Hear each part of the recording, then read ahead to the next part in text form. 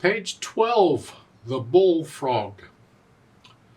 At the top of the page, they're introducing you to a new symbol that you need to learn and memorize from now on. It's called a staccato dot, a staccato mark, I should say. There's different kinds of staccato marks. The staccato mark they're showing here is the dot. It can be above or below the note, that doesn't matter. The point is it's above or below a note.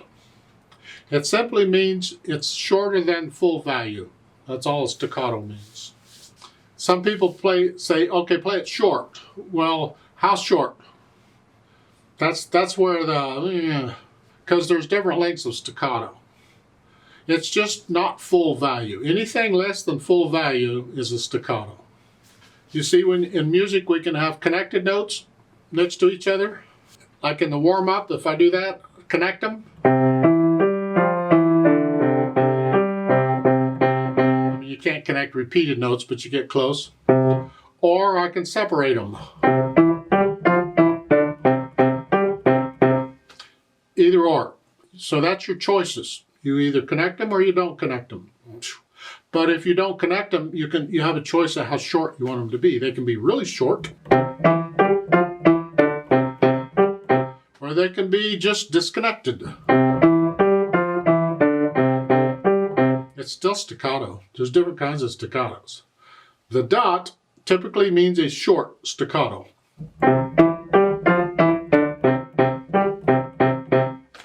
Typically. There's exceptions to that, just like everything else.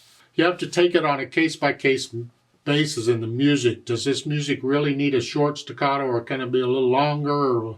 We'll get into that a little later. Right now, make them short. And the technique for playing them is there are different techniques. The first one we learn is the most common, and that is where you hinge at the wrist. It's called wrist staccato or hand staccato, depending on what country you're from. It's this. You hold the arm still and you're just flexing at the wrist.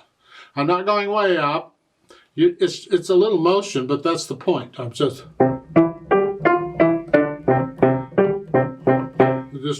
light wrist staccato.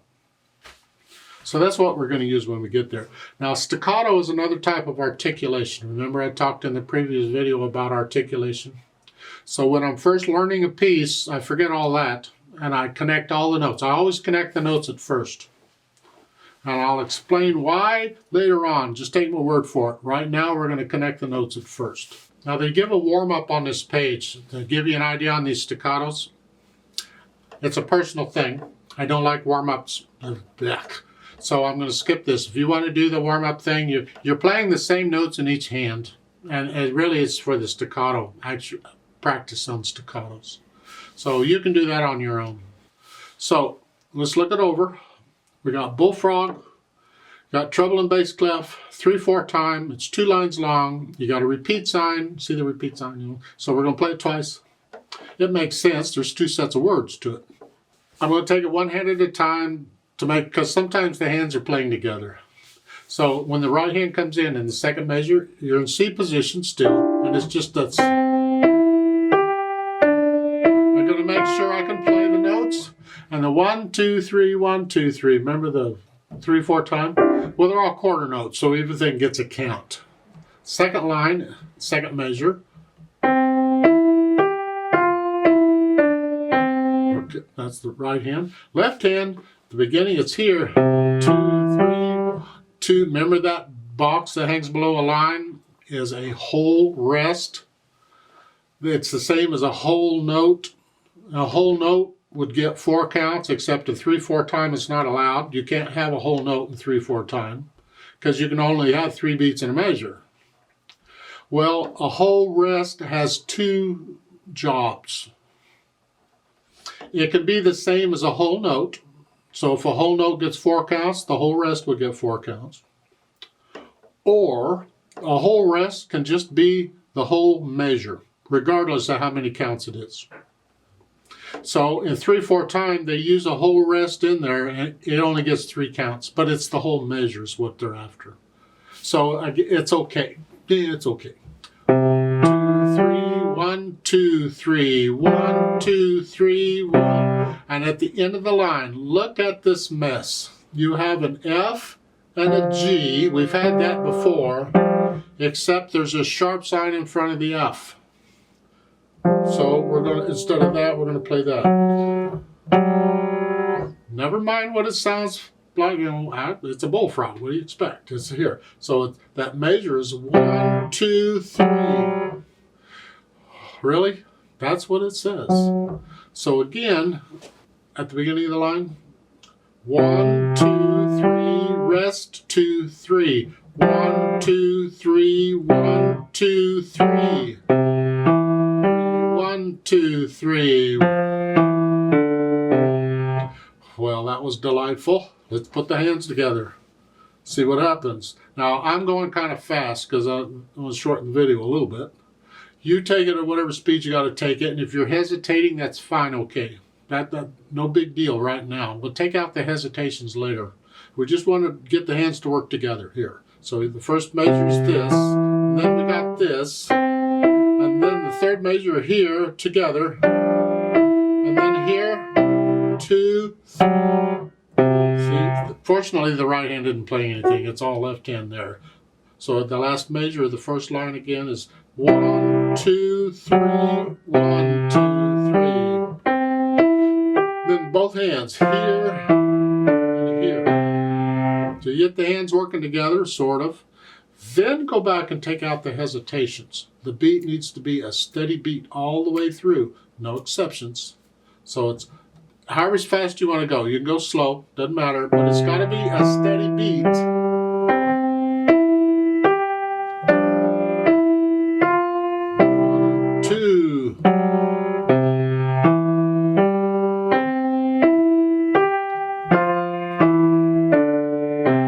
2, 3, and then you'd repeat and do it again. Once you have an idea, once you can do that, okay, then put in the articulation. That's the slurs, the phrasing, and the staccatos. A tie, remember I told you about it, that's not articulation. You put those in immediately. But there's no ties in this piece. So now we're going to put in the articulation, the staccatos.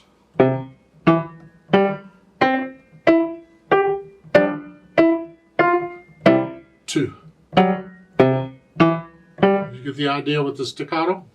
And on these, when I'm playing slow enough, my hand is on the keys and I'm pushing down and bouncing off each time. I'm not coming up above and hitting it.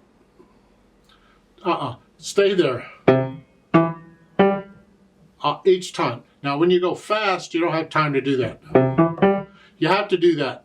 But it's a very small motion. You're not coming way up. It's just a very small motion on that one. The hand is hardly leaving the keyboard at all when you do that. It's real small.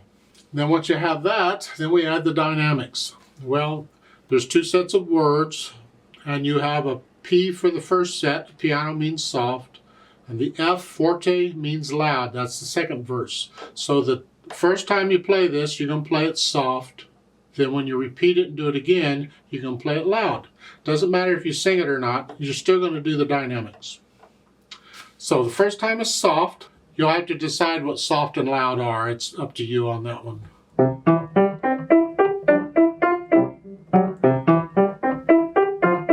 And then when you repeat, it's loud. So forth. This is a fast little piece. You adapt as well. How fast? Well, if you were going to sing it, how fast? In your head, you can sing it to yourself. How fast would you sing it?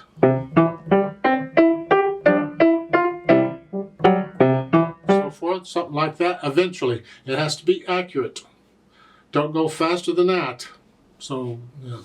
And if you're singing, by the way, on the last note of the first line there, on that F sharp G, I'm assuming, I don't know for sure, but if you're going to, you can only sing one note at a time. You can't sing both of these notes. So I'm assuming you're just going to sing the G here, not the F sharp.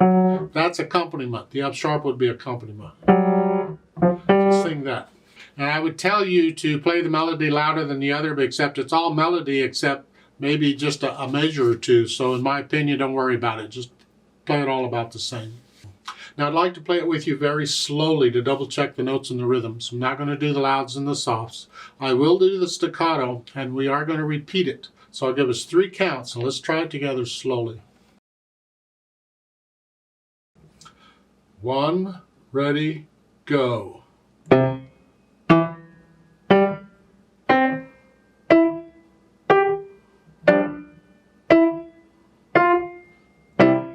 Rest.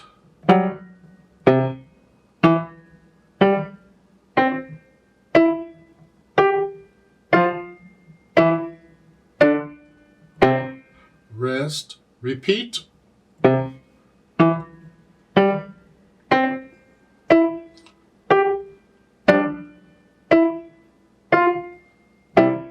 Rest.